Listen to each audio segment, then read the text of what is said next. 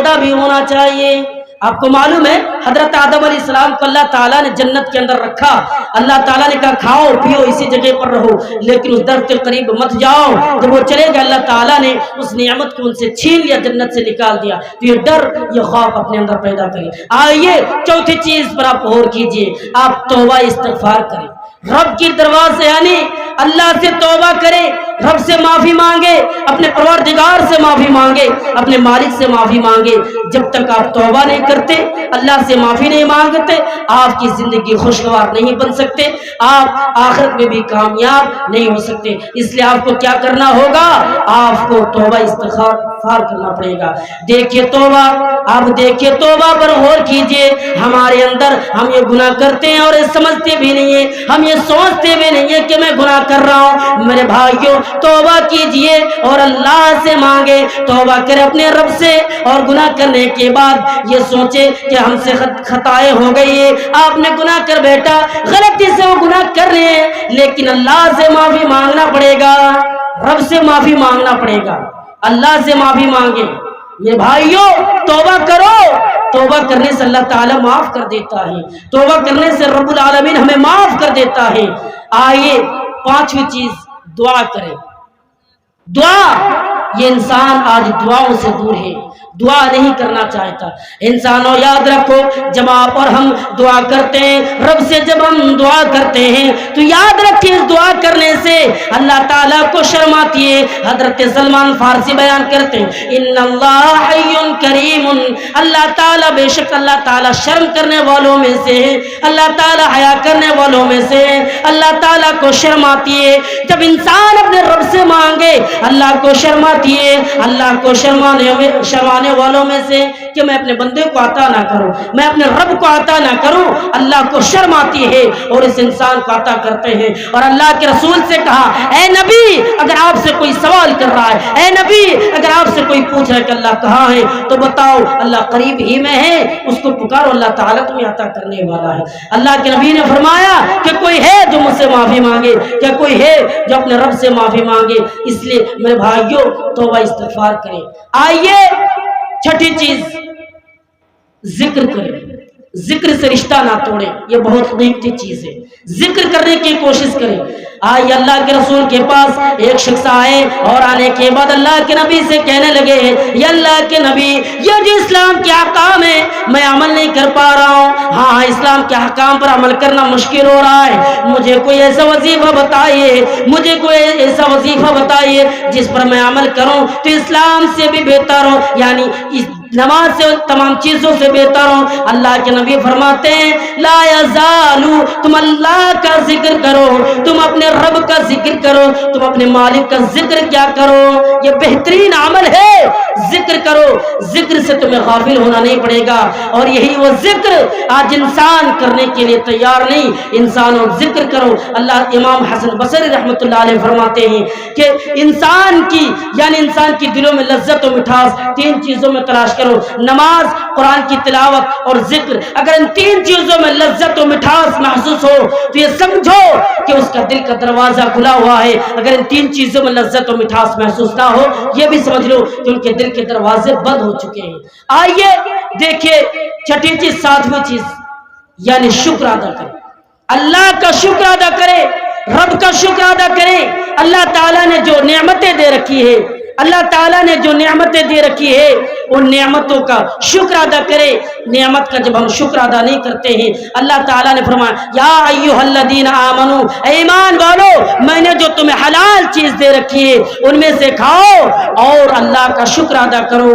اللہ کے نبی پریشان ہے، بھوک کی وجہ سے پریشان ہے، نبی اکرم ابو بکر کے پاس جاتے ہیں، ابو بکر بھی وہی حال، عمر کے پاس جاتے ہیں، اس کا بھی یعنی عمر کا بھی وہی حال۔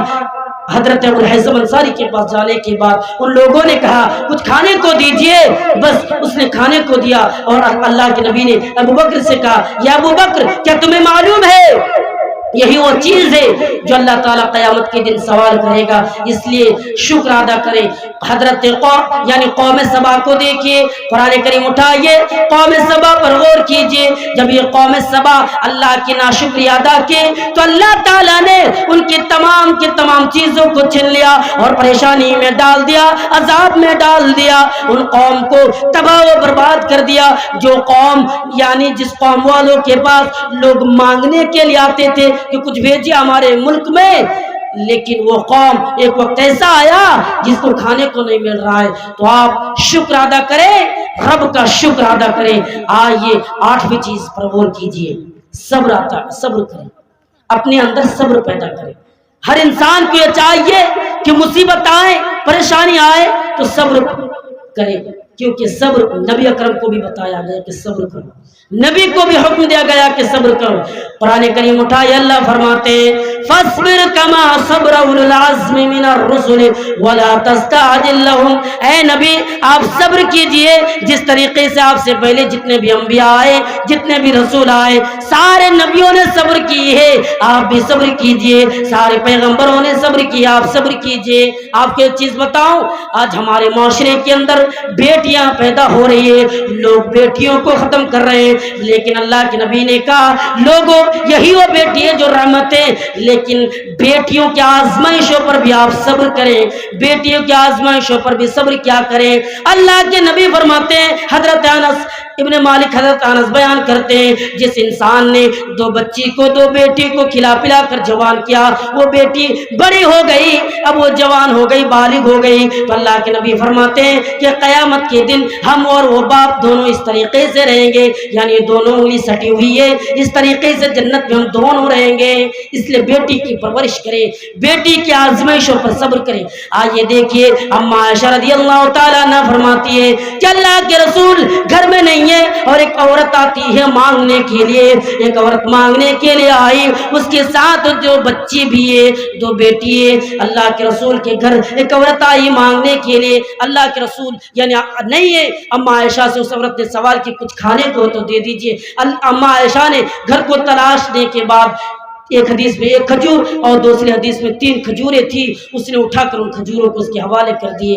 اس عورت نے 1 کھجور ایک بیٹی کو دے دی، دوسری کھجور دوسری بیٹی کو دے دی.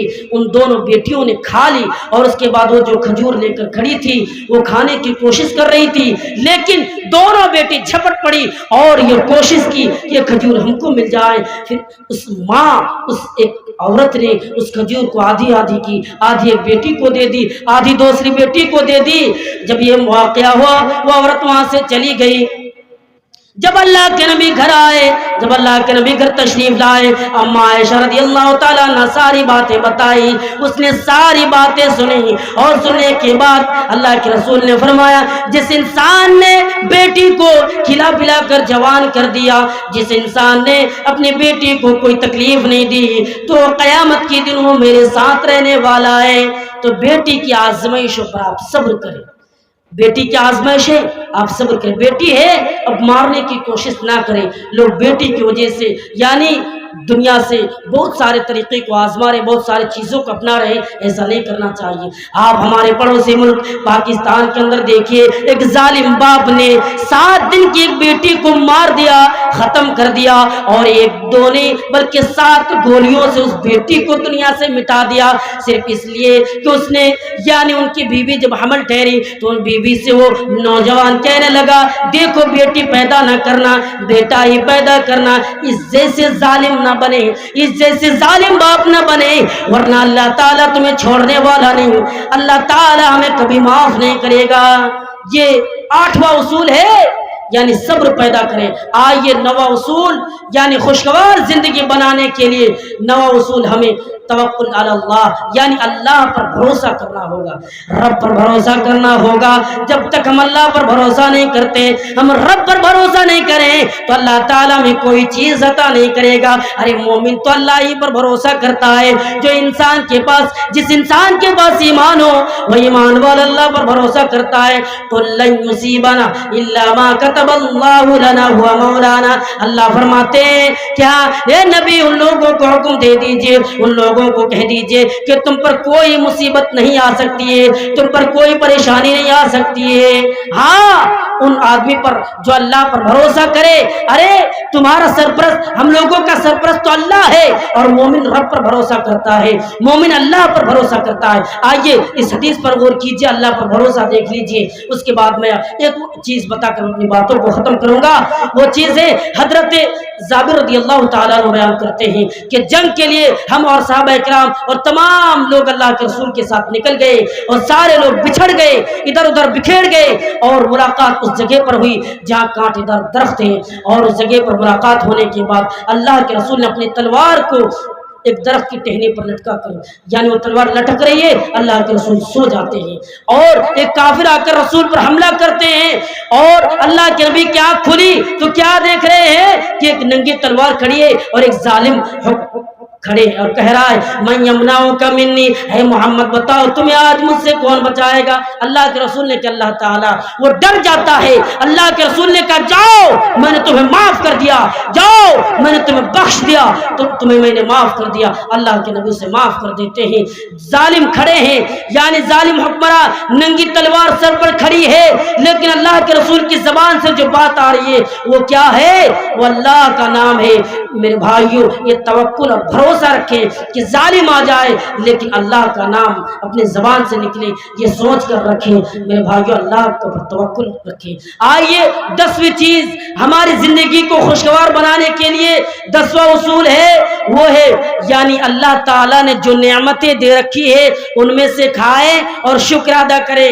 یہ نہ سوچے کہ میں غریب ہوں, ارے اللہ تعالیٰ نے مجھے عطا نہیں کر رہا, اس لیے اللہ کے رسول نے فرمایا دنیاوی اعتبار میں تم اپنی زندگی میں جو تم غریب ہو تم سے غریب کو دیکھو, تب اللہ تعالیٰ کی نعمتوں کو حقیر نہیں سمجھو گے. اگر تم نے ایسا نہیں کیا اور امیر کو دیکھا تو یہ کہو گے اللہ تعالیٰ نے مجھے کچھ بھی نہیں دیا. اس لیے دنیاوی اعتبار میں کم تر انسان کو دیکھو. شیخ سعدی رحمۃ اللہ علیہ کے ایک واقعہ سنیے. وہ جب گھر سے نکلا, وہ نکلنے لگے, چلنے لگے تو اس کے پیر پہ جوتے نہیں ہیں. وہ سوچ میں پڑ گئی اللہ میں غریب ہوں, میرے پاس چپل جوتے کچھ بھی نہیں ہیں. وہ آگے چلتے ہیں, اچانک ایک آدمی کو دیکھتے ہیں کہ وہ پریشان ہے, وہ تکلیفوں میں ہے, جس کے پاس 2 پیر نہیں ہے, وہ ہاتھ کے بل چل رہا ہے. اس واقعہ کو, اس منظر کو دیکھ کر شیخ سعدی اللہ رب العالمین کی طرف نظر کو دوڑاتے ہیں اور کہتے ہیں اللہ اس سے میں بہتر ہوں, اس سے میں افضل ہوں, کیونکہ میرے پاس 2 پیر ہے, اس کے پاس کچھ نہیں ہے, اس کے پاس چلنے کے لیے پیر نہیں ہے. اس لیے اپنے کمتر انسان کو دیکھیں,